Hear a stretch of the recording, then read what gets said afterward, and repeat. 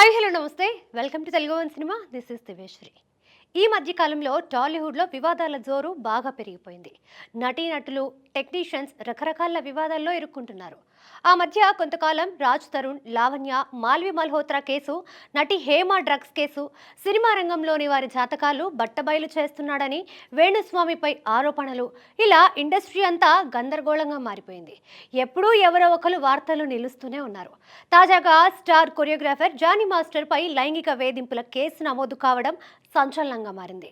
తనను లైంగికంగా వేధిస్తున్నాడని అతని అసిస్టెంట్ రాయదుర్గం పోలీస్ స్టేషన్లో ఫిర్యాదు చేసింది. దీనిపై 0 ఎఫ్ఐఆర్ నమోదు చేశారు పోలీసులు. ఈ కేసు వారి పరిధిలోకి రాదు కాబట్టి నార్సింగ్ పోలీస్ స్టేషన్కి బదిలీ చేశారు. నార్సింగ్ పోలీసులు ఈ కేసు విచారణ చేపట్టి ఆ యువతి ఇంటికి వెళ్లి 3 గంటల పాటు విచారించి వివరాలు సేకరించారు. ఆమె చేసిన ఆరోపణల ఆధారంగానే జానీ మాస్టర్పై కేసు నమోదు చేశారు. పోలీసుల ఎదుట జానీకి సంబంధించి ఆ యువతి చాలా విషయాలు బయటపెట్టిందని తెలుస్తోంది.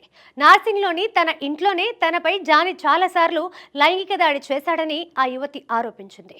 తన మతంలోకి మారి తనని పెళ్లి చేసుకోవాలని వేధించాడని, షూటింగ్లో ఉన్నప్పుడు క్యారివాన్లోకి వచ్చి హింసించేవాడని చెప్పింది. తన మాట వినకపోతే ఇండస్ట్రీలో భవిష్యత్తు లేకుండా చేస్తానని బెదిరించాడని పేర్కొంది. గత కొన్నేళ్లుగా ఇలాగే జరుగుతుందని, ఇక అతని అరాచకాలు భరించలేక పోలీసులని ఆశ్రయించినట్టు తెలిపింది. యువతి చెప్పిన వివరాల ఆధారంగానే కేసు నమోదు చేసినట్టు ఎస్హెచ్ఓ హరికృష్ణారెడ్డి తెలిపారు. ఇదిలా ఉంటే గత కొంతకాలంగా జనసేన పార్టీకి జానీ విధేయుడుగా ఉన్నాడు. అయితే అతనిపై కేసు నమోదు కావడంతో అతన్ని పార్టీ నుంచి సస్పెండ్ చేశారు. ఈ కేసు కారణంగానే కొరియోగ్రాఫర్స్ అసోసియేషన్ అధ్యక్ష పదవి నుంచి జానీని తొలగించే ఆలోచనలో సభ్యులు ఉన్నట్లు తెలుస్తోంది.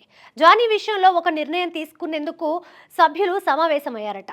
అతన్ని అధ్యక్ష పదవి నుంచి తప్పించడం అనివార్యమని సభ్యులు భావించినట్లు తెలుస్తోంది.